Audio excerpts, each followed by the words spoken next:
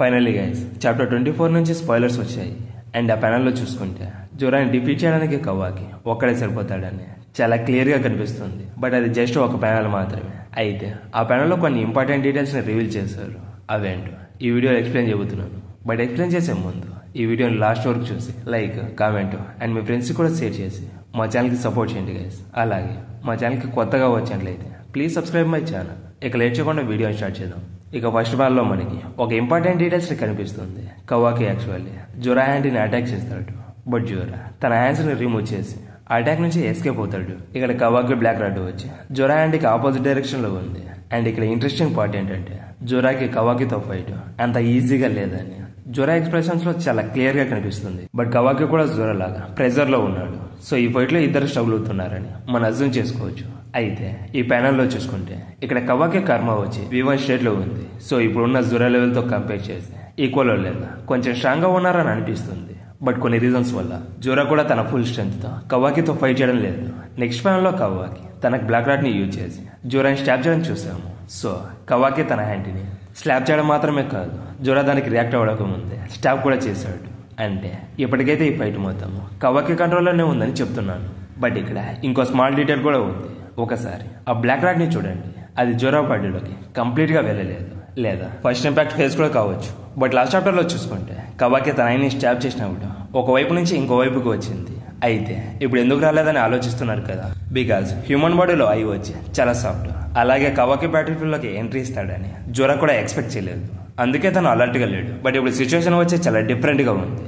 అలాగే ఇంకొక main important దిగు వచ్చి జోరాస్ ఫైట్ లో చాలా ఫాస్ట్ గా ఎవాల్వ్ అవుతున్నాడు. ఎగ్జాంపుల్, బొరుటోతో ఫైట్ లో తన స్ట్రాంగెస్ట్ జోత్సుకి వీక్నెస్ ని ఫైండ్ అవుట్ చేసి ఆ అటాక్ ని స్టాప్ చేశాడు. అలాగే ఇప్పుడు బ్లాక్ రాడ్ ని కూడా స్టాప్ చేశాడా, అది చాప్టర్ రిలీజ్ అయిన తర్వాత తెలుస్తుంది. సో ఇప్పుడు జోరాకి డ్యూరబిలిటీ వచ్చి ఇంకా ఎక్కువగా ఉండొచ్చు.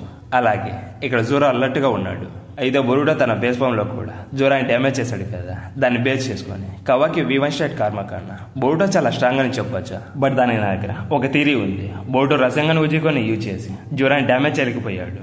బట్ పర్పుల్ లైట్నింగ్ అటాక్ వచ్చి తన మీద వర్క్ అయింది. అంటే ఇక్కడ జోరాని డిఫీట్ చేయాలంటే స్ట్రెంత్ ఒకటే సరిపోదు, టైప్ ఆఫ్ అటాక్స్ కూడా చాలా ఇంపార్టెంట్.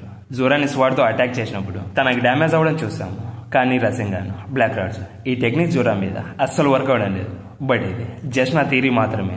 అయితే ఇక్కడ స్ట్రెంత్ లో కంపేర్ చేస్తే జోరా వచ్చి బొరుటో అండ్ కవ్వాకి కన్నా చాలా strong. But speed and reflexes లో వచ్చి ముగ్గురు చాలా క్లోజ్ లో ఉన్నారు. ఎగ్జాంపుల్, లాస్ట్ ఫైట్ లో బొరుటో జోరాతో కీప్ అవ్వడం చూసాము. ఆ ఫైట్ లో బొరుటోని జోరా టచ్ కూడా చేయలేకపోయాడు. బట్ కంటిన్యూగా ఫైట్ చేయడం వల్ల బొరుటో అలసిపోయాడు. దానివల్ల జోరా బొరుటోని డిఫీట్ చేయగలిగాడు. బట్ బొరుటో ఆ అటాక్ ని కావాలని స్టాప్ చేయలేదు. బికాస్ తనని డ్యామేజ్ చేయడానికి రసంగాన్ని ఉజ్జుకొని ఫుల్ గా చాట్ చేయడం కోసం ఆ అటాక్ ని స్టాప్ చేయలేదు. బట్ జోరా మీద అటాక్ చేసిన ఏం లాభం లేదు. దాని వీక్నెస్ ని ఫైండ్ అవుట్ చేసి క్యాన్సిల్ చేశాడు. ఈవెన్ జోరా అటాక్ ని కౌంటర్ అటాక్ చేస్తాడని కాసిన్ కోజు కూడా ఎక్స్పెక్ట్ చేయలేదు. బట్ ఇంకొక మెయిన్ ఇంపార్టెంట్ థింగ్ చెప్పాలి, బొరుటో ఉజ్జుకొని ఫుల్ గా చాట్ చేయకుండా జోరా మీద అటాక్ చేశాడు. సో ఇప్పుడు క్వశ్చన్ వచ్చి ఉజ్జుకొని ఫుల్ పవర్ తో చాట్ చేసి జోరా మీద అటాక్ చేస్తే సర్వైవ్ అవ్వడానికి ఛాన్స్ ఉంటుందా ఉండదా అని దీని మీద మీ ఒపీనియన్ కామెంట్ సెక్షన్ లో చెప్పండి గైస్. బట్ కాసిన్ కోజు చూసిన ఫ్యూచర్ పాసిబిలిటీస్ లో బొరుటో అక్కడికి వెళ్ళిన వెంటనే జోరా తనని డిఫీట్ చేస్తాడని చెప్పాడు. కానీ అలా జరగలేదు. అలాగే ఇంకొక మెయిన్ ఇంపార్టెంట్ థింగ్ వచ్చి జోరా విఎస్ కవ్వాకి ఫైట్ లో కూడా తను ఫుల్ పవర్స్ ని యూజ్ చేయడం లేదు. బికాజ్ ఓజుత్సుకేసి ఇప్పుడు నార్మల్ షినోబీస్ ని తక్కువ చేసి చూస్తారు, అదొక హ్యాబిట్ ఉంది. అలాగే జోరా కూడా 10 days అండ్ ఈస్కి యొక్క చక్రతో క్రియేట్ అయ్యాడు. ఎగ్జాంపుల్, ఈస్కి నరుటోతో ఫైట్ లో అందరినీ తక్కువగా అంచనా వేశాడు. అలాగే చికెన్ కూడా నరుటో అండ్ సాస్కేని తక్కువగా అంచనా వేశాడు. బట్ అప్పటికే లేట్ అయిపోయింది. సో జోరాకి కూడా సేమ్ వీక్నెస్ ఉందేమో. ఎగ్జాంపుల్, చాప్టర్ 22లో బొరుటో ఫ్లయింగ్ రైజన్ జుట్సుని యూజ్ చేసి ఈ టెక్నిక్ చాలా బాగుంది. బట్ స్ట్రాంగర్ అపోనెంట్స్ తో ఫైట్ చేయడం వల్ల నాకు చాలా సంతోషాన్ని ఇస్తుందని అన్నాడు. అంటే ఈస్కి లాగా జోరా కూడా తన ఫుల్ స్ట్రెంత్ ని యూజ్ చేయడం లేదని అర్థమవుతుంది. బట్ తన పర్పస్ గా ఏం చేయడం లేదు. జోరా ఫుల్ పవర్స్ వచ్చి ఇంకా అవేక్నింగ్ కాలేదు. అంటే తనకి చాలా పవర్ ఉంది, కానీ తన ఇన్సైడ్ లో ఉండే ఫుల్ పొటెన్షియల్ తనకి కూడా తెలియదు. ఇది చాలా ఇంట్రెస్టింగ్ యాంగిల్ కదా. బట్ ఒకటి మాత్రం క్లియర్, ఈ ఫైట్ లో జోరా సర్వైవ్ అవుతాడని కాసిన్ కోజు తన ఫ్యూచర్ పాసిబిలిటీస్ లో చూశాడు. సో కవ్వాకి అండ్ బొరుటో ఇద్దరు జోరాతో ఫైట్ చేసి తనని పారిపోయేలా చేస్తారు. ఇక తనకి వేరే దారి లేక 10 days జామ్షన్ లోకి వెళ్ళిపోతాడు. అయితే కవ్వాకి జోరా కన్నా స్ట్రాంగ్ ఉండి తనని డిఫీట్ చేసేంత పవర్ఫుల్ అయితే అప్పుడు బొరుటో పరిస్థితి ఏంటి? అప్పుడు కవ్వాకి బొరుటో ఎందుకు కావాలి? ఇప్పుడు బొరుటో ఇంజరీ అయ్యి గ్రౌండ్ మీద పడిపోయి ఉన్నాడు. ఇక అదే పర్ఫెక్ట్ మూమెంట్ అని బొరుటోని అటాక్ చేయొచ్చు. బికాస్ తన మొమ్మసికిని చంపాలని చాలా ఈగర్ గా వెయిట్ చేస్తున్నాడు. సో ఖచ్చితంగా తను ఈ సిచ్యువేషన్ అడ్వాంటేజ్ గా తీసుకొని తన మీద అటాక్ చేయొచ్చు. బట్ కొంతమంది వచ్చి కవాకి కన్నా బొరుటో చాలా స్ట్రాంగ్ అని చెప్పొచ్చు. కానీ బొరుటో తన ఫుల్ పవర్స్ ని యూజ్ చేసే స్టేజ్ లో లేడు. అందుకే ఇక్కడ కవాకి అప్పర్ హ్యాండ్ ఉంది. కానీ బొరుటో తన కర్మని యాక్టివేట్ చేస్తే మొమోషికి తన బాడీని టేక్ఓవర్ చేసుకుని ఇంజురీస్ ని హీల్ చేస్తుంది. అయితే అలా కూడా బొరుటోనే డేంజర్ లో ఉంటాడు. సేమ్ ఎలా అయితే పార్ట్ 1 లో బొరుటో సిచ్యువేషన్ వరస్ట్ గా ఉందో అలా అయిపోతుంది. బికాస్ సింజూస్ ఎలా అయితే డేంజర్, బొరుటో కూడా అదే డేంజర్ అని. షినోబి వరల్డ్ ని ప్రొటెక్ట్ చేయాలంటే బొరుటోని ఎలిమినేట్ చేయడం ఒకటే దారి అని కవాకి మైండ్ లో ఉంది. అయితే ఒకవేళ శారదా, కొనామరు, మిత్సుకా అండ్ షికుమారు వీళ్ళందరూ బొరుటోని సపోర్ట్ చేస్తే అప్పుడు కవాకికి ఈ షినోబి వరల్డ్ లో లాజిక్ లేదని ఒక క్లారిటీ వస్తుంది. సో ఆ పాయింట్ నుంచి కవాకి కంప్లీట్ ట్రస్ట్ లాస్ అయిపోతాడు. ఇప్పటికే హెడ్ బ్యాండ్ ని వేసుకొని షినోబి లాగా బిహేవ్ చేస్తున్నాడు. ఒకవేళ ఇలానే జరిగితే సాస్కా అండ్ బొరుటో లాగా కవాకి కూడా రోగ్ నుంచి అవుతాడు. నెక్స్ట్ ఇంకొక ఇంపార్టెంట్ థింగ్ వచ్చి జోరా బ్యాటిల్ ఫీల్డ్ లోకి ఎంట్రీ ఇచ్చిన మూమెంట్ లో ఒక ప్యానల్ లో శారదాని చూశాడు. అయితే ఎందుకని తనని చూశాడు? శారదాని కిడ్నాప్ చేసి 10 టైమ్స్ డైమెన్షన్ లోకి తీసుకుని వెళ్ళాడు కదా. ఒకవేళ ఇదే జరిగితే బొరుటో తనని సేవ్ చేయడం కోసం వస్తాడు. దాంతో మళ్ళీ రీమ్యాచ్ ను చూడొచ్చు. సో ఏం జరుగుతుందో చూడాలి. ఇక ఈ వీడియో మీద మీ ఒపీనియన్ ఏంటో కామెంట్ సెక్షన్ లో చెప్పండి గైస్. ఈ వీడియో మీకు నచ్చినట్లయితే please subscribe my channel. Next మరిన్ని యానిమే వీడియోస్ తో మళ్ళీ కలుద్దాం. Until then bye. Hello guys, welcome to anime review Telugu. ఈ వీడియోలో మనం Boruto True Blue Vortex manga గురించి ఎస్పెషల్లీ చాప్టర్ 24 యొక్క ప్రిడిక్షన్స్ ఎక్స్ప్లెయిన్ చేయబోతున్నాను. అలాగే మొమోషికి కంబ్యాక్ ఇస్తుందా లేదా అని కూడా డిస్కస్ చేద్దాము. నేను కొన్ని మంత్స్ నుంచి ఈ టాపిక్ మీద వీడియో చేయాలని అనుకుంటున్నాను. బట్ స్టోరీ కొంచెం స్ట్రాంగ్ అవ్వాలని వెయిట్ చేశాను. ఫైనల్లీ చాప్టర్ 23లో జరిగిన ఈవెంట్స్ చూస్తే మొమోషికి రీఎంట్రీకి ఛాన్సెస్ ఎక్కువగా ఉన్నాయని అనిపిస్తుంది.